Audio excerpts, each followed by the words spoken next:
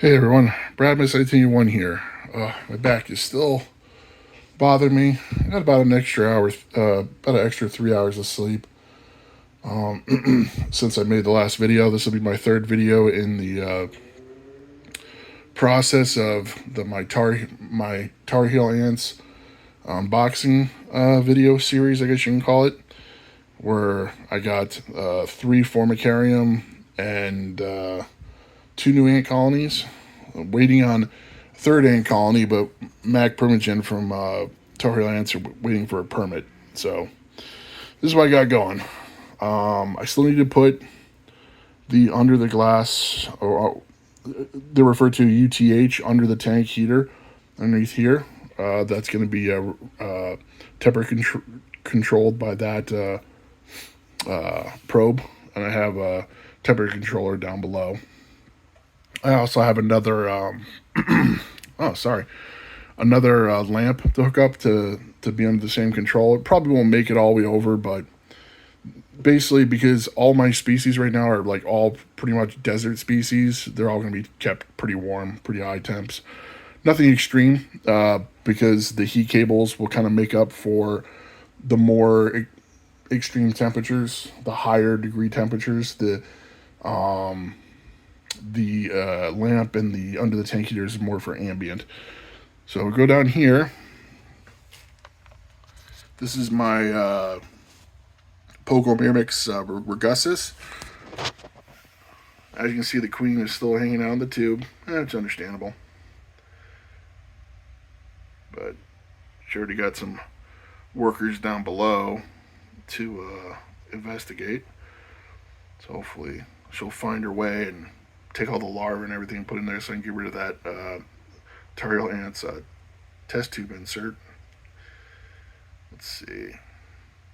The one thing I'm curious about is how to, maybe perhaps there's a better way to do that heat cable. I'd rather not tape it to the glass. So if anyone has any ideas, let me know. But here's my Pogomyrmex barbatus colony that is dying to move. They're just dying, and they're going to get a move. Maybe not today, maybe tomorrow. I still got to clean out the outworld for my new double XL labyrinth. So the idea is, I don't know what I'm going to do with my occidentalis, because they could use an upgrade too. They don't need it nearly as much as my barbatus, but as you can tell, there's a lot of workers in the outworld, and the outworld simply isn't really big enough, even though the nest is not so bad. And God, this is the messiest species. Look at the mess they made out of their nest. They just, what they love to do, what they did in their previous Tar Heel Ants Fallen Fortress, whenever I'd give them like kind of like extra water or alternative water source, they would love to take that water and muck up anything they can do to. I think they do it for multiple reasons, but I know one of the reasons is to make it easier for them to climb, because they're terrible climbers. Thank God. But anyway, nothing urgent on that. I just haven't figured out what I want to do. I do have another mini labyrinth up there collecting dust that I could connect them to. I could also, once the barbatus moves out completely, I can move them into here. That's another option. But as far as larger Formicarium go, that's it. That's what I have. I'm definitely not going to put them in that casita. For the occidentalis, I don't know. I mean, to each their own, but I would recommend never putting them on a horizontal nest. I would stick with vertical, because they love mucking up the glass. And let me tell you something. Like even these guys down here, the rugossus, I'm, as soon as I can, I'm putting them in a fallen fortress, or even that mini labyrinth. Yeah. So anyway, in the case you're wondering, this is a regular labyrinth. So 2 mini labyrinths and a regular labyrinth. And I had the double XL that I'm working on cleaning and getting ready. So over here, I went ahead and put a plate in here just to kind of darken it, to kind of, entice them to move. Inside, I put some loose substrate.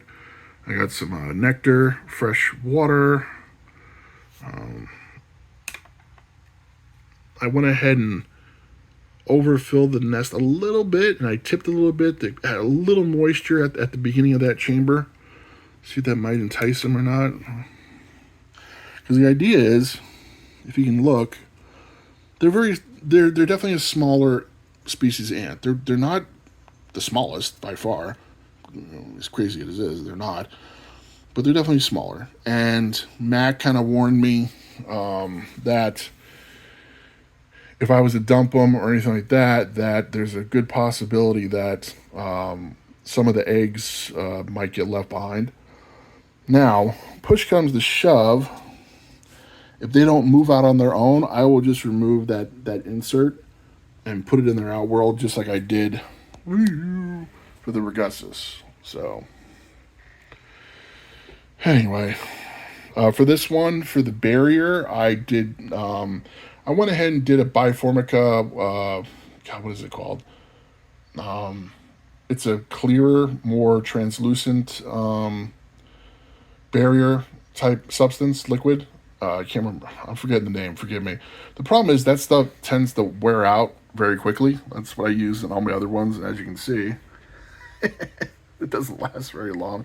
But it's also because you really have to apply it a certain way. The idea is when you apply it, when you swipe it or use a Q-tip or the applicator that some of their stuff comes with or cotton ball, whatever, you can't go over again. So you have to do like once, like one swipe. If you go over again, from what I read, you pretty much ruin the barrier. So the barrier is very temperamental. The nice thing is, though, it doesn't show very milky white. Like even this, because, So after I did that, I went ahead and said, you know what? I don't want these ants crawling all over the place. So I went and used some of the Tar Heel ants, what is it called? The more traditional barrier, Fluon. So that should work better. That's why it's a little more, I don't know if you can tell or not, because I got the white painted wall in the back, but a little more milky color around the edges. But yeah, man, let's zoom in. Take a look at the two queens.